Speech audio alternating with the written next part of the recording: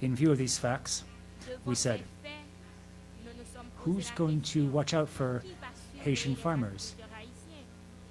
Since Monsanto and our Minister of Agriculture did not provide any training about how to use these seeds. They didn't even provide any special equipment for our peasants. We said, who's going to take care of the peasants? We said that we're going to have to do it. The MPP will do it, our organization. We thought a lot about it, and we said, since we have a long history of struggle and resistance, we said, we cannot sit there with our arms folded. We have to get up, stand up, and mobilize the peasants. Train the Haitian people so that they understand what this cruel danger is, so we can teach Monsanto a lesson. So on June 4th, we held a demonstration with over 12,000 rural people. We marched and said no to this fatal donation. We don't need another earthquake. So we took to the streets to teach Monsanto a moral lesson. We walked 7 kilometers, the distance from one MPP training center to another. That is, from the training center to the Place Charles-Mapirite, who was a fighter. He was a leader of an insurrectional movement against American occupation in between 1915 and 1934. So that's where we decided to walk to give Monsanto a symbolic lesson. We symbolically lit some Monsanto seeds on fire to say, no, you cannot give away our seeds left to us by our ancestors over the last 200 years. We cannot let our plants, give our lands away to Monsanto, to give them a good name. So we set their seeds on fire. We chanted slogans. We said we have to fight for our local seeds. We have to defend our food sovereignty. And then we handed out local seeds to all the participants because they didn't think we had any. But that wasn't the problem. Yes, we had some. And after the 12th of January, we organized a seed exchange to get as many local seeds out to the other affected departments as we could. So we took advantage of that opportunity not only to get rid of Monsanto's seeds, but also to distribute the seeds that we had in hand.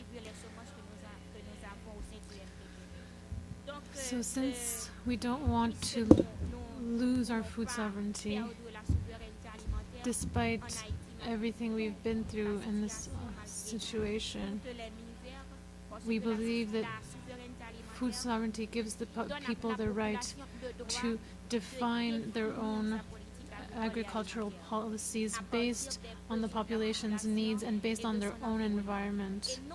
We think that international commerce and their exchanges, we want the income of genetically modified organisms to be forbidden. The World Bank and the IMF should not prevent that. For us, sovereignty has as its priority in terms of agriculture to produce first in order to feed our population and not international commerce. Food sovereignty is a way of life, an ethic of life. It's not only a right but an obligation. Obligation to respect the diversities that exist in the world. It will also ensure future generations, and that's what we're defending right now in Haiti. And we will continue to defend it until we are victorious. If the Haitian government, if the American government and multinationals really wanted to help Haiti, they would help Haitians acquire food sovereignty, the food sovereignty that we're all asking for. They would focus on sustainable agriculture that's focused on local seeds. They would not try to force Monsanto seeds. They would not try to implant Jatropha, which has a lot of negative consequences on the soil and on the environment. Things that are meant to be turned into biogases for the American markets. We want agriculture in Haiti to be dedicated to the peasants. The varieties of seeds in Haiti have been developing over many generations and are adapted to the Haitian climate and Haitian environment. Why should we change them? We have preserved them, we have selected them, we have planted them every single season. Every season, Haitian peasants keep a part of their seeds for the next season. So we can't do that with Monsanto seeds. So if we can't do that, then we can't ensure sovereignty. There's already been too much misery imposed by neoliberal policies in Haiti. The first step that we see is that we want to determine what kind of agriculture we want. That's what we're trying to do at the MPP with other peasant organizations. We know what kind of agriculture we want. We want an agriculture that respects biodiversity, that respects the environment, an agriculture that takes care of production for the consumer, not for commercial benefit and not for the benefit of multinationals. So if we know what we want in terms of agriculture, then now what's left is just to acquire that in terms of a plan. In order to find a solution to the problem is that the agricultural sector and the reconstruction of the agricultural sector is essential. For many reasons. When we're 65% of the population, and moreover, Haiti is an agricultural country.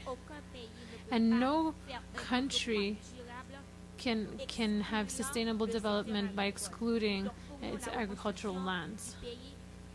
So all sectors have to be taken into account. Industrial agriculture, as you know, brings about global warming, whereas we want to create an agriculture that protects the environment, protects biodiversity, so that all people, all populations feel comfortable, and so that consumers in the end know where their food is coming from.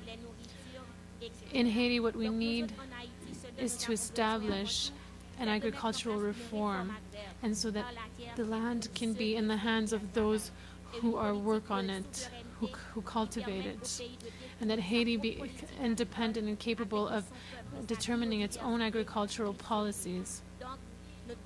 So we're defending food sovereignty, we're defending Haiti's environment, and we will continue to defend it until we've given it absolutely everything that we have.